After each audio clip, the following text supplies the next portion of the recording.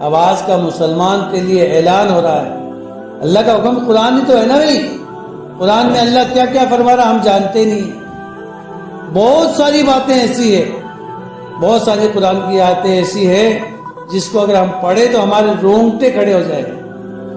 اب ہم یہاں جو بیٹھے ہیں، ہم صرف اس لیے بیٹھے ہیں کہ ہم دین کی بات کو سنیں اور اپنی زندگی میں اتاریں۔ دیکھو، ہر ایک آدمی کامیاب ہونا چاہتا ہے، لیکن کامیاب ایسے نہیں ہوگا کہ ہم نے آئے ٹھونگے مارے چلے گئے۔ قرآن سے روح گردانی، اذان سے روح گردانی، ایسے کامیاب نہیں ہوتے۔ کامیابی جب ہوں گے 100% اس چیز کو اپنی زندگی میں اتاریں گے جیسے صحابہ اکرام نے اتاری تھی۔ جب کامیاب ہوں گے، ہم کامیاب ہونا چاہتے ہیں، لیکن کون سے ذریعے سے؟ وکیل وکالت کے ذریعے سے، ڈاکٹر ڈاکٹری کے ذریعے سے، ملازم ملازمت کی وجہ سے، اور صنعت کار اپنی ڈیمانڈ کی وجہ سے کامیاب ہونا چاہتا ہے۔ لیکن اللہ پاک نے کامیابی اس میں نہیں رکھی ہے۔ اللہ پاک نے کامیابی اپنے حکموں کو نبی کے طریقے پر کرنے پر کامیابی رکھی۔ وہ چیزیں ہماری زندگی میں نہیں۔ جس کی زندگی میں دین ہوگا، چاہے وہ دنیاوی اعتبار سے کتنا ہی کمزور آدمی ہو، کتنا ہی غریب ہو، کتنا ہی لاغر ہو، کتنا ہی تندرست اور مفلس اور نادار ہو۔ بتاؤ، اصحاب صفہ جتنے بھی لوگ تھے، 70-72 جو بھی لوگ تھے، کتنے غریب تھے؟ اتنے غریب تھے کہ کسی طریقے کا کوئی کھانے کا، پینے کا، رہن سہن کا کوئی انتظام نہیں تھا، اور نماز میں بھوک کی شدت کی وجہ سے گش کھا کر کے پڑ جاتے تھے، چکر آتے تھے۔ لیکن اللہ پاک نے کیا کہا اللہ کے نبی کو؟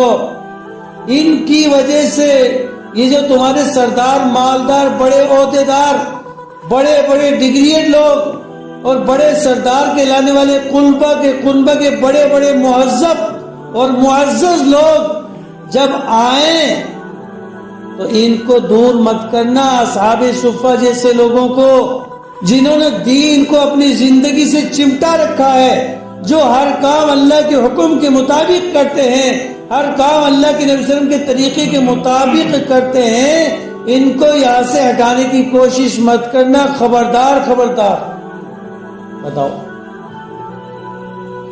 جن کے کھانے کا انتظام نہیں، جن کے پہننے کا انتظام نہیں، جنوں کا بچھانے کا انتظام نہیں، جن کا اوڑھنے کا انتظام نہیں، ایسے لوگوں سے اللہ خوش ہے، کیونکہ ان کی زندگی میں دین تھا، اللہ کا حکم تھا، نبی کا طریقہ تھا۔ اس میں اور ہم کامیابی کس میں ڈھونڈ رہے ہیں؟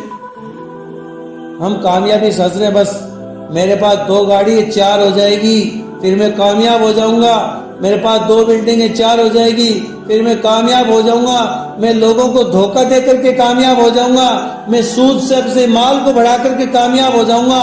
کامیابی یہ نہیں ہے، کامیابی تو وہی ہے، لنگڑی ٹانگ ہے، دونوں پیر نہیں ہے، دونوں ہاتھ نہیں ہے، اور اللہ کا دین زندہ ہے اس کی زندگی میں، وہ بغیر ٹانگ والا بغیر ہاتھ والا کامیاب ہے۔ رضی اللہ عنہم و رضوا عنہ ان کے ساتھ لگتا ہے۔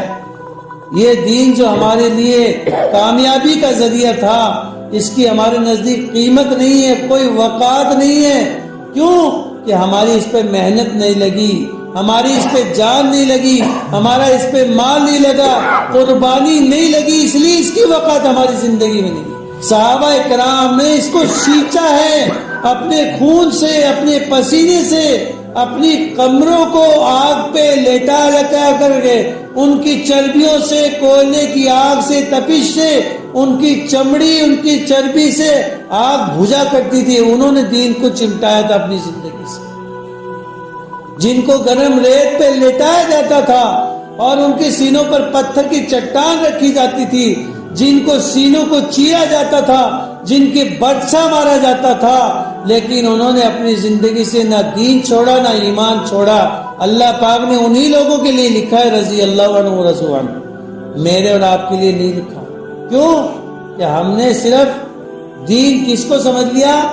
جمعے کی نماز پڑھ لی، جمعرات کو گوشت کھا لیا، اور کبھی کبھی آ کے کوے جیسے ٹھونگے مار دیے، نہ واجبات کا پتہ، نہ فرض کا پتہ، نہ سنت کا پتہ، اور پھر یہ سمجھتے ہیں ہم کو مسلمان جنت ہمارا باپ کی۔ اس میں کامیابی نہیں۔